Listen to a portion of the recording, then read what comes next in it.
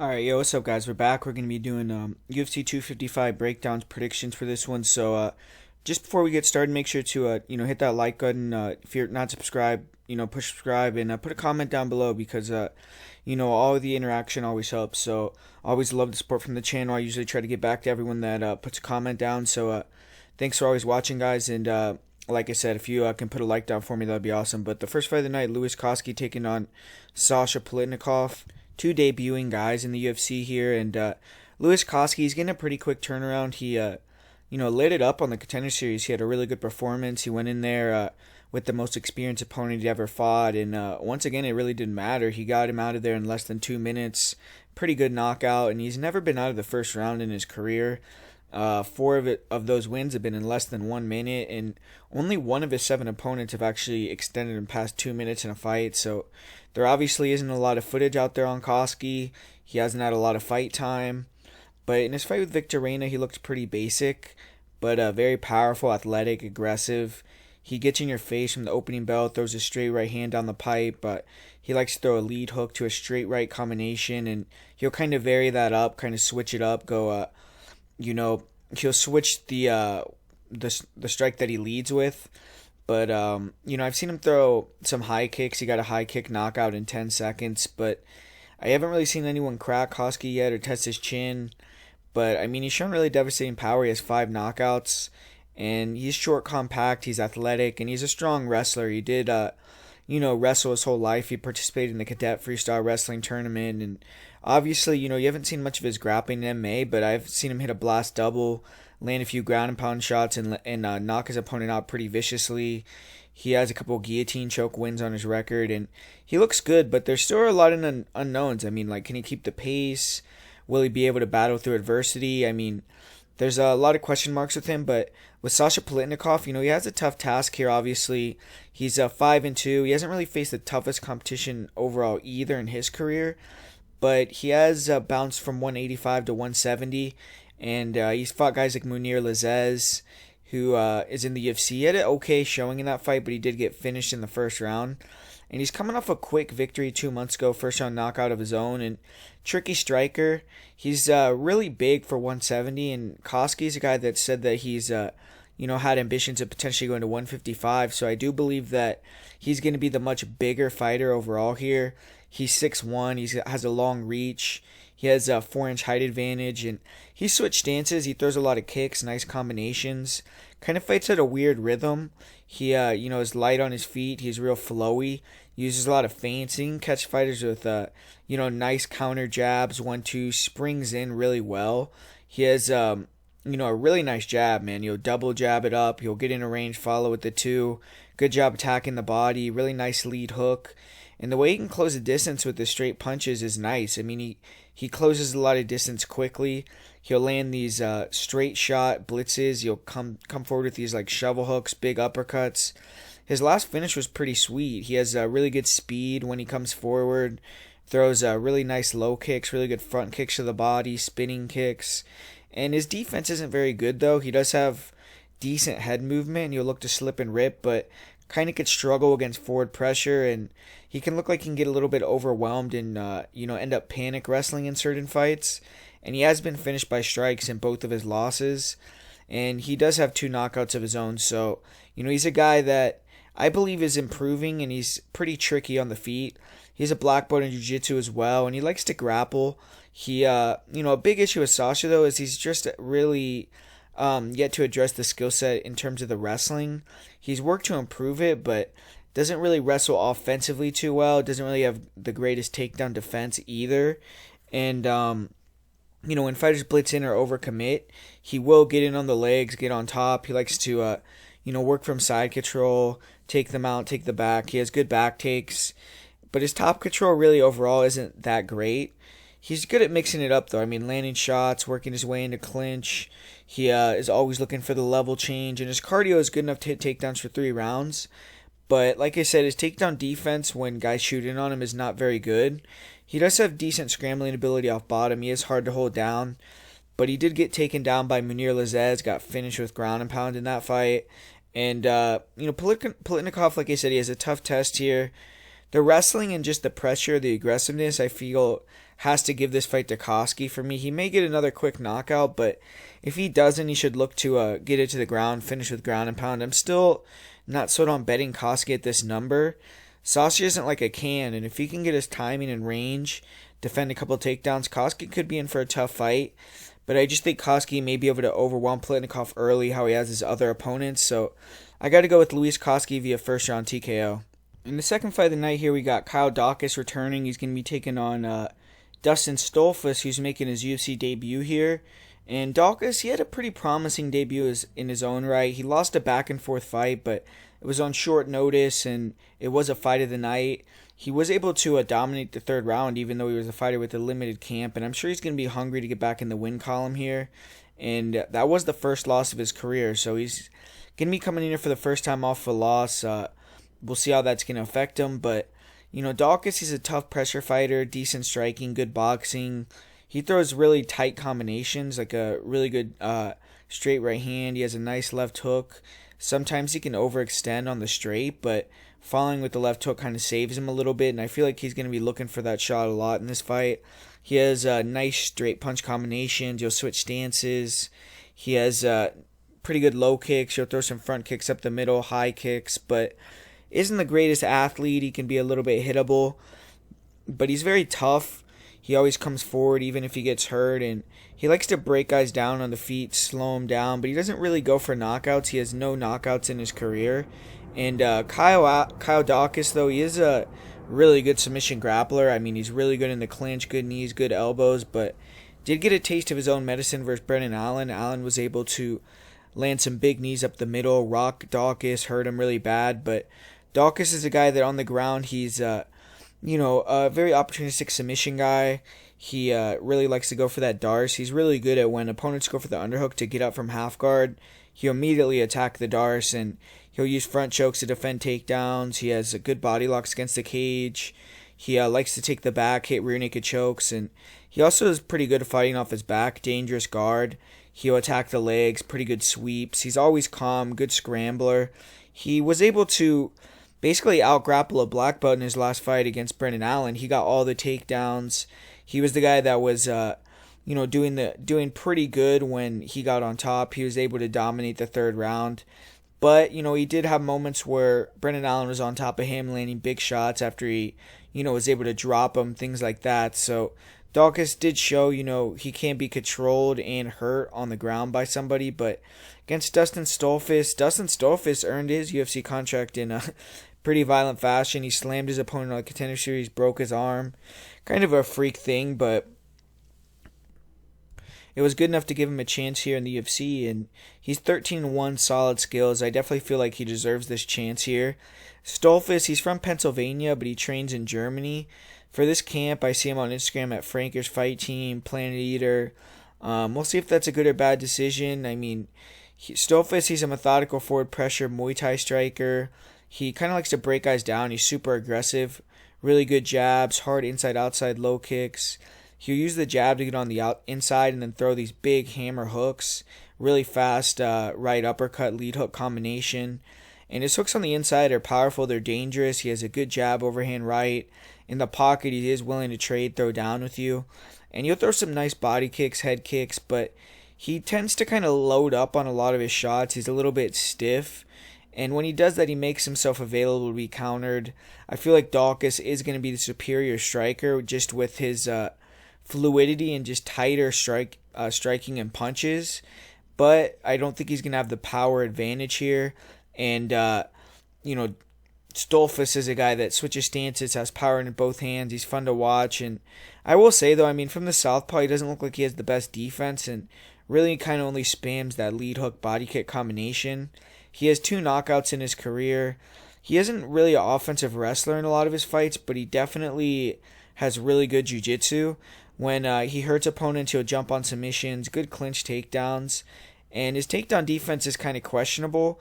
It doesn't seem to be very good, but it seems like he likes playing off his back. He will attack leg locks, he'll hit sweeps, and once he gets on top, he has a lot of submissions that he'll go to and that he'll attempt, like I've seen him, attack Peruvian neckties, like I said, knee bars. I've even seen him get a twister before, so, he definitely has some tricks on the ground. He has, 5 submissions in his career. 5 of his 7 finishes are in the first round. I do kind of see this as a bit of a closer fight, potentially, than the line indicates. Stoltzfus is a confident guy right now. He's coming in on a big win streak. I think he's the better athlete. He hits hard. He goes for it early. And if they grapple here, I do feel like it'll be competitive. Potentially, Stoltzfus could have some success too, especially if he gets in top position. So personally, I feel like Daukaus should maybe try to control against the cage, use his striking, and just try to outpoint Stoltzfus, who always loads up, stuff like that. Hit these takedowns opportunistically, and then kind of not play too much on the ground with him, because I do think that's probably his best path to victory for Stoltzfus. So I kind of see Daukaus dominating this fight, winning the striking, hitting some opportunistic takedowns, but I don't know if he's going to get a finish here. I mean, neither fighter has ever been finished. It looks like Stoltzfus, like I said, is a pretty good submission game, so I don't think he's going to be able to hit one of these Darces. So I'm going to actually say Kyle Daukaus gets in there and wins his first UFC fight via decision. And up next here, this is a pretty good fight and a tough fight to call, with Jouban taking on Gooden. Jouban, I mean, he's making his return to the octagon. He's been out for nearly 2 years, almost 39 years old, so it's a pretty big concern, but he's been on a, not a great run lately either. He's lost 3 of his last 4. He's going to be at a huge experience advantage here. He's going to have 12 UFC fights, over Gooden, who's making his UFC debut, but hasn't looked that great of recently, so he needs to come in here and prove something a little bit. Jouban is a good southpaw, though. He's aggressive. In this fight, I think he's going to be kind of, more point fighting style. Uses lateral movement, walk Gooden into shots, and, has a really nice straight left hand. He throws it really good down the middle, and, a good check hook. He'll, throw that right hook, left straight combination, and he has pretty good kicks as well. Good high kicks in the pocket. He's pretty quick, but it seemed like he kind of was a little bit gun shy, hesitant to throw against Dwight Grant in his last fight. He did walk him down, and he was using the forward pressure, but he didn't really let go with a lot of strikes. It was a low-paced fight. He ended up losing a split decision there. Didn't really think he looked very great, and his chin isn't the best. I mean, he does drop his hands at times, and, he can get caught with straight punches, with hooks. His durability, I mean, I don't think he's really, like I said, I don't think he has the best durability. And he only has 3 knockouts, he's been knocked out 3 times in his career, And I mean, he has 11 knockouts himself, so he definitely has some finishing ability. He just got that, or not just got that, but his last one was that highlight reel knockout against Ben Saunders. We had the nice elbows on the inside, and he's a black belt in jiu-jitsu, and he kind of showed off his grappling in his last fight. He had a couple takedowns on Dwight Grant. He took the back really late in the fight. He ended that fight with some good ground and pound, but prior to that, Jouban had only had 3 takedowns in 11 UFC fights, and he does have some nice elbows in the clinch, but usually tries to avoid grappling, fight at range. This is, a fight that I'm going to say is probably going to be a striking fight. I don't really see him going for takedowns. He has pretty good takedown defense himself. He's been submitted once, but that was against Gunnar Nelson, and that was after he got hurt on the feet. His opponent, Gooden, his UFC debut got delayed by an injury, but could have been kind of a blessing in disguise, potentially, because he went from Dwight Grant to Jouban. And as an opponent, I mean, even though Grant has a win over Jouban, he isn't as big of a name, so Gooden is getting a bigger opportunity here. And he's young, he's 26, he's fighting out of Georgia, he's won 3 fights in a row. He's 17-4, and he's definitely tested himself against, almost as much as you can on the regional scene, a lot of guys, and he's a fun fighter to watch. He clowns guys in the octagon. He always is trying to goad guys into wars, and he has pretty technical boxing skills, good jab, decent low kicks, and nice 1-2, good left hook, good fadeaway left hook, and straight and overhand right are accurate, pretty nasty shots. He likes to slip and rip in the pocket. Throws a lot of Superman punches, flying knees, and he likes to, like I said, get you emotional and then catch you when you make a mistake. And his defense isn't the greatest, though. He can be hit with shots. He has his hands down at all times. He doesn't really have the best footwork, and his chin isn't the greatest either. He took a brutal knockout loss against Bruno Oliveira. I've seen him rocked multiple times against guys that don't necessarily look like the highest level opponents.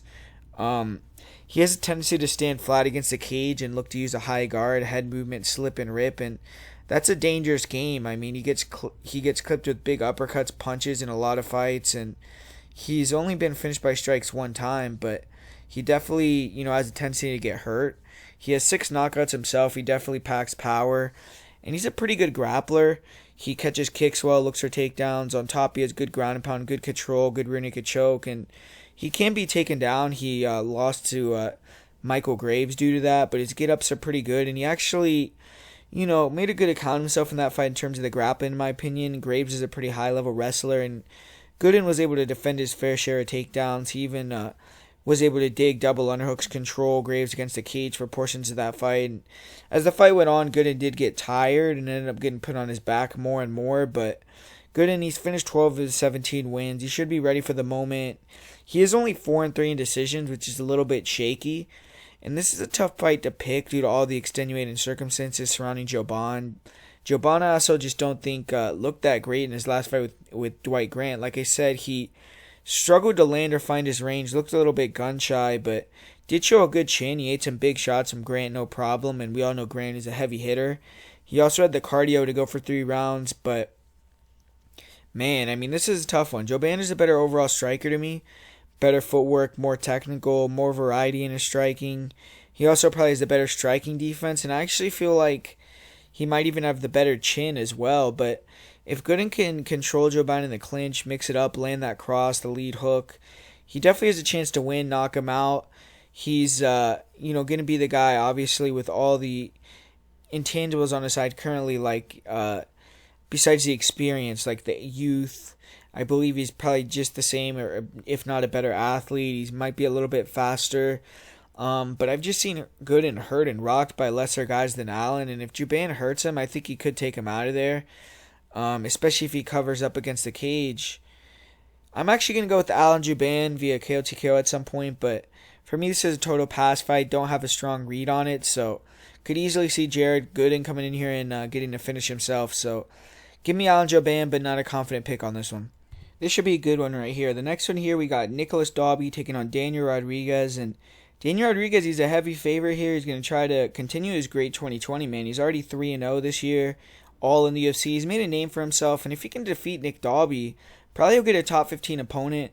Daniel Rodriguez, he's coming back pretty quick after that last fight with Dwight Grant. That was an amazing scrap, man. I mean, Rodriguez was on the brink of going out cold, came back, slept Dwight Grant shortly after. I know Rodriguez won that fight, but he is coming back pretty quick after almost being knocked out. So that's a little bit, questionable on his side. I don't know if that's a smart thing to do, but we're going to see here. And Nicolas Dalby, I mean, he needs a win here, man. He suffered a bad loss his last time out. He was a big favorite against a returning UFC fighter and a 155er in Jesse Ronson, but got finished in the first round. And he did win his return fight to the UFC against Alex Oliveira, but even that win was a little bit questionable. And for Nicolas Dalby being so experienced, this is actually going to be his first fight in the United States. He's had a lot of things just go against him. All right, he has a lot of things going against him, in my opinion, in this fight. It's his first fight in the United States. He has a lot of pressure to win to keep his job. He's 36 years old. He's also historically not done very well against southpaws. He's only 2-4-1 against them. And Dalby's a guy, like, he'll fight, man. He likes to get in the pocket, go to war. A lot of his striking is predicated on feints, and he has kind of that long southpaw stance, so he can glide in and out, fake and feint, and when he sees an opening, he'll blitz in with the lead hook. And he's aggressive, but he fights in bursts, and he can be kind of low volume at times, and he just gets sloppy closing the distance. He opens up, and that's how he got caught flush in his last fight. But, I mean, in this fight, he needs to kind of try to, in my opinion, attack the body heavy with those front kicks, those round kicks. Try to use that low calf kick that he has. Slow down Daniel Rodriguez. Slow down the volume, the forward pressure that Rodriguez is going to bring, because Rodriguez is going to come forward, get in that boxing range where I do feel like he's the much superior boxer. I think that he's probably going to be able to catch him as Dalby comes on the inside once he gets his rhythm as well. And Dalby's improved his wrestling a lot, but still doesn't have great wrestling, man. I mean, his offensive wrestling is good, and he's a dog. I mean, he will try to, grind or to win these scrambles, make it a grind fest, end up on top at the end of the day. But I do believe, Daniel Rodriguez could take him down if he wants to.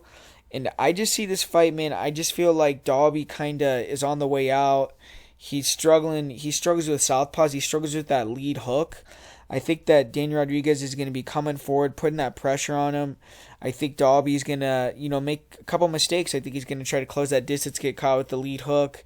And I think Rodriguez is going to flurry on him with the big shots. I think Dalby maybe will panic wrestle and get caught in a submission or just get knocked out. The thing is, Dalby is a tough guy. His last fight was the first time he ever got finished in his career. But that's kind of, where he's at, man. He's getting finished now by guys that are 155ers. His fight with Alex Oliveira, he won that fight predominantly with wrestling, with grappling. I don't think he's going to be able to win this fight that way. He also won that fight because of a ref stand-up and Alex Oliveira just having bad fight IQ as well. So I feel like Rodriguez is a safe play here. I think he's going to get the win, and I think he's going to get the finish. So give me Daniel Rodriguez in this one. And up next here we got a fight with Antonina Shevchenko taking on Ariane Lipski. Interesting fight here, man. Shevchenko, a lot of people are really down on her after that last fight against Katlyn Chookagian where she just got dominated in the grappling. Really, from pillar to post, Chookagian looked like a world champion wrestler in that fight, taking her down, taking her back, mounting her, and she's just very green on the ground, man. She doesn't really have a lot there. In terms of the wrestling, I don't think she's really, horrible. So I think it's going to be tough for a girl like Ariane Lipski to take her down because when you look at Ariane Lipski's career, she only has one career takedown in the UFC, kind of like a hip toss in the clinch against Joanne Calderwood. And her takedown defense has just been absolutely atrocious so far in her UFC career. But, I think these girls are going to strike, and it's going to be interesting because I do think Shevchenko's obviously the much superior striker. She's southpaw. She has the really fast hands, the straight punches down the middle. When you close that distance, she has that nice Muay Thai clinch she'll put on you and attack from there. But Lipski, I do believe, definitely has the power advantage. And I feel like Lipski, the issue with her is she just doesn't really do a lot, doesn't have a lot of movement. She doesn't throw a lot of volume. But in the first round, man, she goes for it. She's dropped a lot of girls in that first round, finished a lot of girls in the first round. Did it again to Luana Carolina, dropped her in the first round. So Shevchenko, she's shown kind of a questionable chin a little bit in my opinion. She's been hurt with certain strikes. So maybe if Lipski can drop her in the first round, she could maybe find a submission or a TKO. But I think as the minutes go on, I do think Antonina is just going to be the better striker. She throws more strikes. She absorbs less strikes, better accuracy. She's just the much better striker overall. And, in terms of the grappling, like I said, Lipski, to me, is not the worst grappler, but I don't know if she's the better wrestler in this fight. If she does get it to the ground, I do feel like she's going to be able to control. In the last fight with Luana Carolina with the knee bar, that was kind of like Carolina went for the calf slicer and Lipski just hit the knee bar in that fight. But this is, an interesting fight. Antonina's 36 years old. She's getting up there.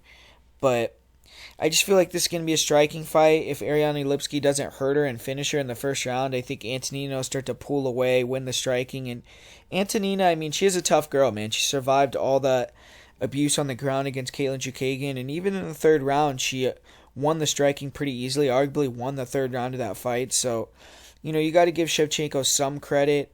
And even in her fight with Roxanne Modafferi, who's a good grappler, she was able to, defensive takedowns, held her own a little bit. So I don't think Lipski is going to be able to just come out here and just put on a wrestling clinic like Chookagian did. I think Chookagian is just much superior in the grappling. So I'm going to go with Shevchenko via decision in this one. And up next here, we got a fight that a lot of people have been talking about, going back and forth on. Joaquin Buckley taking on Jordan Wright, and we all kind of know the deal here, man, right? Joaquin Buckley, he had arguably the greatest knockout in UFC history his last time out, and they're trying to capitalize off that hype. They're putting him back in the cage just a month later, and he's getting an explosive guy in Jordan Wright in his own right, who was successful in his UFC debut. He dropped his opponent with a spinning back kick to the face less than 20 seconds into the fight, and then followed that up with some big elbows against the cage, cut open Ike Villanueva, and ended up getting a doctor stoppage here. And Wright, he is going to drop back down to 185 pounds for this fight, where he is going to have a big size advantage over most guys. He's going to be 4 inches taller than Buckley and just has a bigger frame overall. Buckley's a person who's fought at 170 before and probably can fight there again, whereas Wright most recently fought at 205 pounds. So he's going to be significantly bigger, but in terms of the reach, it's going to be pretty close. And I mean, we kind of know the deal here with Jordan Wright, man. I mean, he was a can crusher for a long part of his career. He's beating all these guys with really horrendous records. And then recently, his last few fights, he's taken that step up. He beat Gabriel Checo. He beat Ike Villanueva. I mean, those are really the two only guys that he's beaten in his career that are very good. But he's looked impressive, and I mean, you can't deny that he has striking skills. He has good distance control. If you let him strike at range and be pretty, man, he's gonna land those spinning attacks. He's gonna land big straight punches down the middle, and he's gonna rock you and hurt you. And he has like I said, go pull counters, really good timing and accuracy on those spins, and he has a lot of spinning kick knockouts, a lot of really early in the fight, which is something that's kind of rare because you usually see guys have to get their range early on. They can't land, and he's a super accurate guy, even with the spinning attacks like that early on in the fight. So it does kind of potentially, get guys a little bit weary. But we saw how he reacts to, a guy just with no respect for his striking that closes that distance, gets in his face. He doesn't look like he likes to get hit very much. He shot up against the cage, got finished really easily when he fought Fluffy Hernandez, and this is probably going to be something people are going to continue to say even if he continues to win, just because the body language, just he didn't look like he liked to get hit right there. So if you're fighting a guy like Joaquin Buckley, who we did see in his fight with Kevin Holland, fight a similar guy with the height, with the range, and he struggled a little bit, but we did see him get on the inside and let those hands go, those big hooks, the big uppercuts. And if he does that against Jordan Wright, if he backs him up to the cage and closes that distance and lets go with those big shots, I don't know if Jordan Wright is going to be able to take that, man. He's more of a hammer. He's not a nail.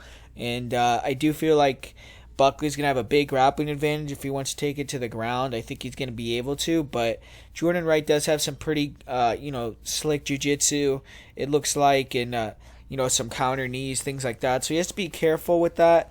But I just feel like the game plan is out there for Buckley. I mean, his last fight, obviously, he looked good. He looked really quick, agile. He's super explosive, athletic, just like brick shit house type of guy.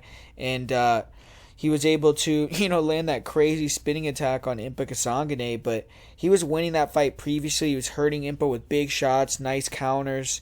Really moving around a lot. In this fight, though, I think he needs to come forward, close that gap, get in his face, and just try to take him out early, show him no respect. If he stays at range with Jordan Wright, stays on the outside, that's going to be a little bit of trouble for Buckley because he doesn't have the reach, he doesn't have the height advantage, and Jordan Wright throws a lot of really nice kicks where that's going to probably be an issue. But if he can get in the inside, close that gap, it's going to be his fight to win all day. And I got to go with Buckley, man. I mean, I feel like he's just a way better athlete than Fluffy Hernandez, who I've seen get on the inside and take out Jordan Wright very easily. So I just feel like Buckley's going to do the same thing. I think Buckley's going to get a first-round knockout here. So give me Joaquin Buckley to get the win. This is a sick fight right here, man. I don't know why this isn't on the main card, but we got Brandon Moreno taking on Brandon Royval. And, man, arguably the best Mexican fighter in the UFC, Brandon the Assassin Baby Moreno. He's going to be making his return this Saturday, and he's been on fire recently. Not only has he not lost in over 2 years, but he's undefeated in his second run in the UFC. He's taken out 3 guys that are in the top 10, and he wanted his opportunity at the belt, so I'm sure he's a little bit pissed off, ready to make a statement that he's up next. And his striking, especially his boxing, has definitely leveled up, but his opponent, Brandon Royval, so far so good for him through 2 UFC fights, 2 wins, 2 performance of the night bonuses. I mean, not too bad, but Royval's done that against pretty good competition as well, and Tim Elliott, Kai Kara France. Definitely feel like this is a sizable step up, though, but Royval has been able to submit both of them after back-and-forth scraps, and, finishes are Royval's thing. He's finished 11 of his 12 wins. In this fight against Brandon Moreno, I mean, neither fighter's ever been finished. So Royval's defied the odds, winning as the underdog in back-to-back fights. If he can do it again here, man, he might be in line for a UFC title shot in just his 4th UFC fight. But when I'm looking at this fight, I mean, I do feel like on the feet, obviously, Royval, he's a freak, man. He showed in his last fight. He gets rocked, then immediately when the guy's coming in to finish him off, he throws a spinning back fist, and he's a dog. He throws a lot of wild techniques. He's long, he's rangy, but, he doesn't really have great defense, doesn't really respect his opponent's striking. It seems like he's used to being the bigger, stronger guy at flyweight, comes forward, can eat the shots, and because he'll get caught directly on the chin, man. Throws a lot of kicks with his hands totally down. And I think Moreno is gonna be able to beat him up with the boxing, man. Royval, he breaks a lot of guys with that forward pressure style, the high volume. He doesn't really attempt a lot of takedowns, but he gets guys to shoot in on him, and then he creates all these scrambles. He puts you in submission attempts, sweeps you, takes top position, and breaks you and then finishes you. That's what he did to Kai France, what he did to Tim Elliott, what he's done throughout his career in LFA. And he's a southpaw. He has kind of an unorthodox skill set. So he's awkward to fight, but I do feel like Brandon Moreno, I mean, his boxing is much, much better. He's crisper. He's cleaner.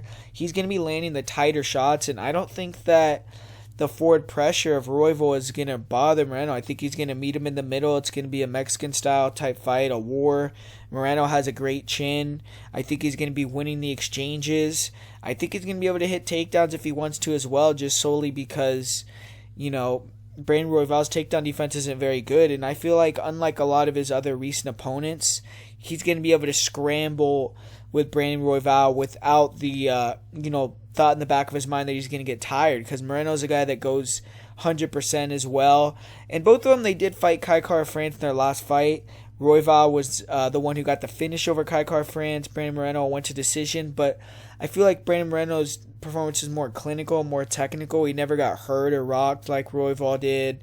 He wasn't in like a wild war. It was just a dominant one-sided fight type thing. And with this fight, I just feel like Moreno, I think all the experience that he's had throughout his career, I think just being a little bit sharper, a little bit more technical overall, I think he's a little bit better everywhere.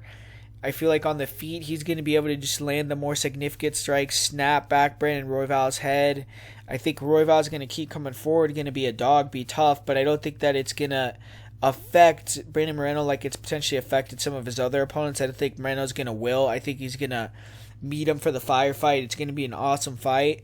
And like I said, I think if Royval goes for the takedowns, I think Moreno is going to be able to stop that. If Moreno goes for the takedowns, I think he's going to be able to counteract that big scramble fest ability of Brandon Royval, control him, kind of like how Casey Kenny did and win the fight. I mean, we saw Casey Kenny, he won the fight with forward pressure, boxing, and some grappling mixed in. So Moreno has the blueprint to beat a guy like Brandon Royval. You just can't get super wild with the guy, can't get baited into getting in these wild like super wars. And I feel like if he just stays tactical, stays sharp, he'll be able to get it done wherever the fight goes. So give me Brandon Moreno to get the win here. Man, this fight, man, I'm not going to spend a lot of time on this one. I have no idea. I mean, we got Paul Craig, the legend. He's coming back to grace the octagon again. And facing the only fighter who's been in a decision with him in the UFC, in Shogun Rua. That fight ended in a draw. So, I mean, it makes sense they're running back here. And Craig is coming off some momentum. He got that first round finish over Gadzhimurad Antigulov in his last fight. He's won his last 9 fights by submission. Definitely a killer be killed type of fighter. And Shogun Rua, I mean, he's still hanging around. He picked up another win his last fight. Took a close decision victory over a longtime rival in Antonio Rogerio Nogueira. And he's going to look to make it 2 wins in a row for the first time since 2017. But when you look at his resume, I mean, he's actually only lost 1 time in the last 6 years, which is crazy. He's only fought 3 times in the last 3 years, but he's been able to figure out how to pull out these wins by a hook or by crook, man. And I mean, I don't know with this fight. I mean, the last fight we kind of got a role reversal, right? Where when we went into the fight, everyone was thinking, Shogun Rua on the feet is going to be able to close that gap, knock out Paul Craig. Paul Craig's been knocked out in a lot of his fights. He's going to be able to get on the inside, take him out. But it ended up being Paul Craig hurting Shogun Rua, being the much faster fighter. And I think that's the difference, man. I mean, Shogun, he's still tough, durable. Even though a lot of people talk about his chin being like completely shot, I mean, I don't think it's the worst chin in the world. I mean, he is obviously not as durable as he used to be, but I do think he can still take a shot. He can recover and come back, and it's just the speed, man. He's super slow. He's plotty, really struggles to get on the inside, close that distance, struggles to land his shots, find his range. Paul Craig was able to pick him apart with the long punches. But the thing is, Paul Craig isn't a striker at all, so he went for that finish in the first round, got real tired, and then Shogun Rua was able to take him down in the second round and the third round, out-grapple him and avoid the submission attempts and hang in his guard, laying ground and pound, keep him on his back, and Paul Craig had no urgency to stand up to his feet. In the third round, Paul Craig was winning the striking, went for a takedown. His fight IQ is just terrible, man. So that's why, I see some people are confident in Paul Craig. They're like thinking he's going to finish or going to get a dominant win here. But, I don't know. It's like the first fight wasn't that long ago. It was a decision. The only judge that gave a winner, they gave the winner to Shogun Rua. So, I think Shogun is going to be at a disadvantage again with the striking, obviously. I think Paul Craig is going to be the way faster guy. And if he could fight smart, keep it on the feet, keep the range with the long strikes, throw the kicks to the body, back up Shogun, he could even potentially get a TKO, but definitely feel like he could win a decision. But if he has that bad fight IQ again, wants to shoot takedowns, ends up on his back, I don't see him submitting Shogun Rua. He has the triangle, he has the good guard, but Shogun showed in his last fight he was stuffing the submissions easily, was never really threatened. So I just don't see him hitting a submission in this fight. Shogun, he's a hard guy to finish, man. Look at some of the guys that have finished Shogun Rua. It's like, man, he got finished by Anthony Smith. He got finished by OSP, Dan Henderson. Chael Sonnen finished him, but, he got John Jones, Forrest Griffin, Mark Coleman. I think he got finished by Babalu Sabral yet. So, those guys are, like, elite level fighters, legends, man. Maybe OSP, but OSP is a way, way more prolific finisher in terms of the striking than Paul Craig. So, I don't see Paul Craig getting a submission in this fight. I'm going to go with Paul Craig just because Shogun, he's so shop-worn, man, and I feel like Craig is going to be the way better striker. If he just fights smart, he should be able to keep it on the feet and just outstrike Shogun Rua, but I don't think he's going to get a finish, so it makes it interesting because Craig usually loses when he doesn't get the finish, so I'm going to pick Paul Craig to get the win by decision, but this is another fight I'm not super confident in. Next, we got a good fight here. We got Katlyn Chookagian taking on Cynthia Calvillo. And Cynthia Calvillo, she's a pretty big favor here, and she was victorious over the number one contender in her debut in the UFC. In the division, she defeated Jessica Ai. Looking to take on another top 5 opponent here, and she has a good record in the UFC. She's 6-1-1. She looked pretty good in her last fight against Jessica Ai, maybe one of the best performances of her career. And Katlyn Chookagian, she's on the other side of the coin. She's looking to get back on the horse. She's lost 2 of her last 3 fights, but those were against 2 current or former UFC champions. Even though Calvillo is a really good fighter, this is definitely a big step down in competition from Valentina Shevchenko or Jessica Andrade. And, looking at this fight, I just feel like there's a lot of recency bias packed into this money line, man. Katlyn Chookagian, she's made a living off of fighting these type of girls. I feel like Calvillo has a similar style to like a Jennifer Maia, where she's short, compact, comes forward, goes for the takedown, decent boxing, and I just feel like Katlyn chews these girls up with her movement, with her striking on the outside. I feel like on the feet, it's no contest. Chookagian's going to be moving on the outside. She's going to have the big height and reach advantage. She's going to be throwing a lot of straight punches down the middle, jabs, keeping the volume high.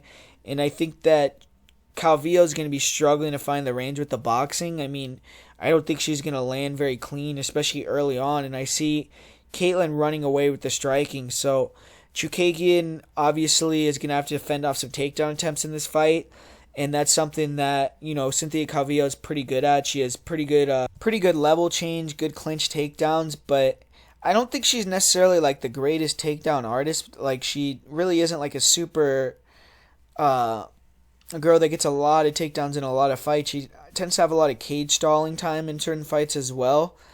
But with this fight, man, I feel like people are underrating Katlyn Chookagian's grappling. I mean, go back and watch that fight with Jessica Andrade, man. I mean, Andrade, she's supposed to be one of the strongest girls in the division, and Chookagian was able to stand up from bottom on her. She was showing great technique with the head positioning, with the digging of the underhooks, turn it around. Was actually, in my opinion, winning the grappling against Jessica Andrade. She was much stronger, much physically better. I think a way better takedown artist, much more explosive than Cynthia Calvillo. And Chookagian was able to shut that down. Even in her previous fight with Antonina Shevchenko, I mean, people could say Shevchenko has no grappling, things like that, but Chookagian was dominating with the grappling, man. Great transitions on the ground, very fluid. Her ability to get the clinch takedowns, to dominate the double underhooks in the clinch was really good. And she's going to be the much physically bigger girl in this fight. I feel like on the feet she's going to have a lot of advantages as well. I just don't get why the line is so crazy. Even if they go to the ground, I feel like Chookagian has a chance to get back up to her feet. I think Calvillo, she has good jiu-jitsu, she has a good submission game, but it's a little bit overrated, man. And, I mean, Chookagian, I think she could even hit takedowns on Calvillo herself if she wants to. If she wants to surprise Calvillo, get on top, and control Cynthia Calvillo, which we haven't seen many people come with that type of game plan. So I think that could be a smart thing to do to mix it up. Put Calvillo in the clinch, man. Push her against the cage with the double unders. Knee her to the body. Throw some nice elbows. Keep the range a little bit as well, and win the striking. So, I mean, I just feel like Chookagian, I feel like this should be like a pick-em type line, and I think a lot of this, value on Chookagian is just packed into her losing 2 of her last 3 fights. But Jessica Andrade and Valentina Shevchenko would run through Cynthia Calvillo as well. This is a much different matchup for Calvillo than a girl like Jessica I, who was coming on the inside, who is, in boxing range with her, and who has historically really bad takedown defense, not a great grappler. Chookagian, I mean, she's been in there with good grapplers like Liz Carmouche, held her own, went to split decision, and I just feel like she's going to be able to do enough, keep it on the feet. I feel like she'll actually win some grappling exchanges, control against the cage, do her thing there as well. And I'm going to go with Katlyn Chookagian to get the decision victory. This is a short notice fight, interesting fight here. Mike Perry, man, I mean, I don't know much what to say about the guy these days. He's been in he's having his girlfriend in his corner again, a pregnant girlfriend this time, and it's against a legit guy this time in Tim Means. And man, I mean, I just didn't like how Mike Perry looked on the feet in his last fight.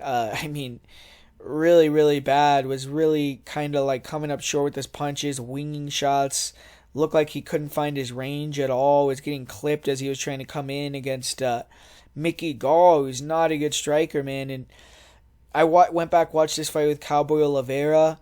He had a lot of time in that fight as well, where he's really struggling to get on the inside. And he won that fight, I mean, solely because Oliveira was Cowboy Oliveira, man, making bad mistakes. And the thing about this fight, though, it's hard to, just have full faith in his opponent, Tim Means, because Tim Means is a guy that's getting up there in age, kind of recently has had his durability put into question after he's had an iron chin throughout his career, but he's got finished recently by Nico Price, by Daniel Rodriguez, and Platinum Mike Perry. I mean, if you say anything about him, like, I feel like on the feet, I think Tim Means is a way better striker, man. I think he's going to probably be able to keep the range, the jabs, the jab twos, just the slaps, the left hooks. I think he's going to be able to just box Mike Perry's face off, really dominate in that aspect. But the thing with Tim Means is he likes to kind of sometimes get on the inside, throw those knees, those elbows, not use a lot of movement, and that's where Mike Perry could potentially blitz in, land one of his big shots over the top, and hurt Tim Means. But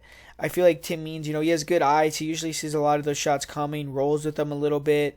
Historically, he's been really hard to finish. He's only been finished by super dynamic, explosive guys like Nico Price took him out.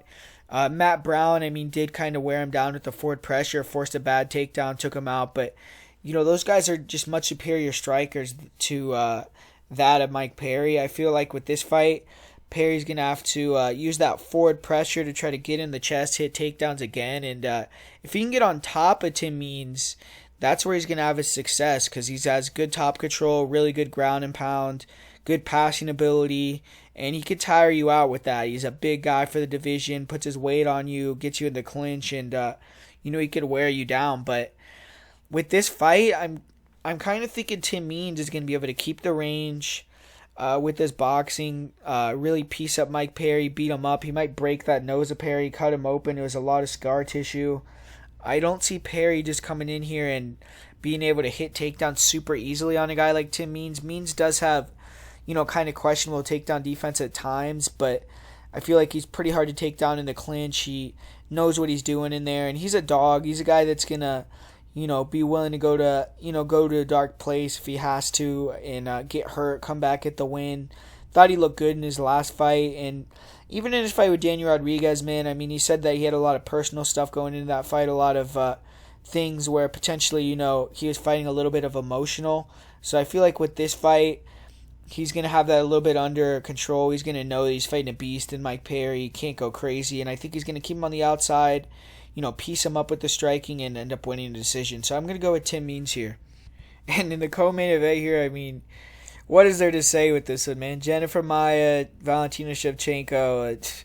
The line is like Shevchenko minus 1,700. And yeah, I mean, I think it's warranted, man. I mean, I don't really see a lot of passive victory for Maia. I mean, she's a tough girl. Pretty good boxing, good wrestling ability, good takedowns, good jiu-jitsu on top, on bottom. But, I mean, we've seen her completely outclassed on the feet by girls like Katlyn Chookagian, kept the range, countered her all day, landed big kicks on her. And, I mean, Jennifer Maia is a tough girl. So, to me, I mean, man, this fight, I mean, Valentina could win on the feet. She could take her down, dominate there. Not much of a breakdown to say, man. I mean, Valentina's the way better striker. She's way cleaner. She's going to be catching her as she's coming in with counters. She's going to be throwing kicks, landing clean. She could take her down at will if she wants to. She could probably submit her on the ground. She could probably knock her out on the feet, take KO her with ground and pound. So, I mean, Jennifer Maia is a girl that has good cardio. She's tough. So, to me, it's just going to come down to if she can last the full 5 rounds or she's going to get finished in this fight. But, yeah, I mean, to me, man, I mean, I think Valentina's going to go in here and do work. I think on the feet, she's just going to be able to easily dominate, catch Maia as she's coming in. And Maia, to me, I mean, with that shoot box background and being a Brazilian, knowing this is probably her one chance at a UFC title, I don't think she's going to play that Liz Carmouche route. I think she's going to actually go for it, potentially try to get on the inside, and maybe that'll lead to Shevchenko hitting a takedown, getting on top, hitting a submission, or getting a knockout. But I'm going to go with Shevchenko to get a finish in this one, maybe the third round, second round. Jennifer Maia isn't a girl that's necessarily going to gas out, get tired. She's actually has a lot of 5-round experience, and she's done well in the championship rounds. But I just feel like Shevchenko is just going to be able to land a shot, catch her, take her down, dominate her on the ground, and get a submission at some point. So, man, I mean, yeah, not a lot to say with this one. So, Valentina all day for me, man. And finally here we got the main event. We got Deiveson Figueiredo taking on Alex Perez. And interesting fight, man. I see a lot of people taking these shots on Alex Perez. They think that he's a live underdog. And, I mean, I see why people would say that. I mean, maybe a lot of people don't really have a lot of respect for Joseph Benavidez at this point in his career in terms of him being a title challenger.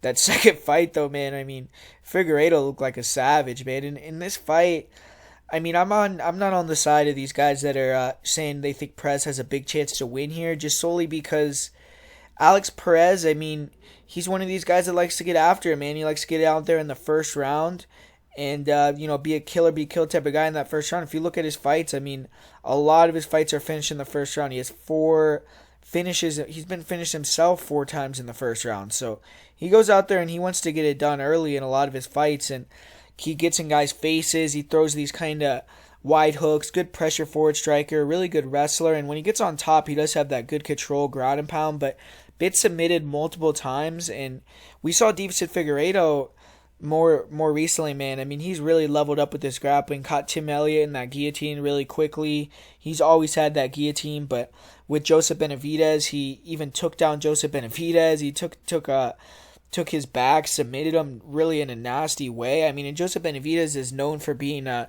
scramble king, man, a guy that's really hard to finish on the ground. And I mean, Benavidez got toyed with, man, in that fight. And I feel like on the feet, I mean, Perez is a guy that comes forward, pressure striker, good low kicks, good boxing, but kind of is very hittable. And you don't want to be hittable against a guy like Deiveson, who has that wide stance, who's looking to counter with that straight right hand, who's always showing you that shot. And I mean, I feel like Perez, he's going to get hit coming in, clip coming in. I don't think he's going to like it. I think he's probably going to immediately start trying to shoot in, get these takedowns. And it's just going to come down to, you know, I guess Deiveson, he does slow down in certain fights, but I think that's a little overblown. I mean, you go back, you watch his fight with Alejandro Pantoja. That was a real high-paced fight. He hit takedowns, there was grappling, there was striking, and he was able to go hard for 3 rounds. You know, and you see his fight with Joseph Benavidez, he is slowing down significantly, the first fight. But he missed weight for that fight, and it was a title fight, so he had to have had a brutal, terrible weight cut. If he comes in here, he has a good weight cut for this fight, looks good on the scales like he says he does, and, you know, feels good. I don't think he's going to gas out necessarily as hard. And I just feel like Perez is a super hittable guy, man. He's going to be getting clipped coming in against a guy that you don't want to get clipped by. And I think Figueiredo is levels above on the feet. I feel like Perez opens up a little bit when he comes forward. I feel like besides the low kicks, he's not really going to have any success against Figueiredo. So it's going to come down to just if he can use his wrestling, get him down early in the fight, get him tired, and just rinse and repeat and make it an easy fight eventually, because Figueiredo gets tired, the takedowns come easier, and he just starts beating him down like that. But me personally, man, I mean, I feel like this is going to be another first-round finish for Deiveson Figueiredo. I feel like he's probably going to be able to catch him coming in or, you know, hurt him, and I think Perez might shoot in, and he's going to catch that neck at a submission. I mean, Perez has been finished 5 times. He's been finished in the first round 4 times. Deiveson Figueiredo, he's never been finished. He's looking incredible recently. Just took out a legend who beat Alex Perez in the first round. So I feel like Perez is less durable. I feel like on the ground he's not as good. I don't think he's as athletic. The only advantage he has is the wrestling. So besides that, I got to give every advantage to Figueiredo, and I just feel like he's the superior fighter. Perez is used to being the bigger guy, the bully in there. He's going to be smaller than Figueiredo as well, which is going to play a factor in my opinion too. I saw, you know, Figueiredo by submission is like plus 500. I think there's a lot of value on that. I mean, you see a guy that's been submitted 4 times. So for me, my pick's going to be Deiveson Figueiredo first round knockout. I think he's going to retain the belt, first round knockout or submission. I mean, could be a knockout, could be a submission, but I think it's going to be in the first round. I mean, both these guys come, they go for it, and I think Deiveson's going to be able to get him out of there. I think he's the superior fighter, so got to go with Deiveson Figueiredo in the main event. So there you have it, guys. That's the breakdown and predictions for UFC 255. As far as the most confident pick of the week, it's going to be Daniel Rodriguez. My parlay of the week is going to be Deiveson Figueiredo and Daniel Rodriguez. And the underdog of the week is going to be Tim Means. And just before we get out of here, I want to give a shout out to a young kid, Justin Jr. He's Justin Jr., the MMA Genie on YouTube. About to pull him up right here. I feel like he's an underrated guy on this YouTube, man. He has good predictions. He's a young kid. He's trying to, you know, gain his following and everything like that. Has interviews with some really good people as well, like Jerry Prochaska. We see today he got an interview with Britton Hart, Devin Clark. So check him out over there. Show him some love. You know, comment on his videos. Subscribe to his channel. Real cool kid, and definitely has a future with this MMA thing. So shout out to Justin Jr., the MMA Genie. And like always, guys, shout out to all you guys for your support as well. Like I said in the beginning of the video, if you want to drop a comment down below, drop a like. That really helps the channel out a lot. And thanks for watching, guys, and I'll talk to you guys later.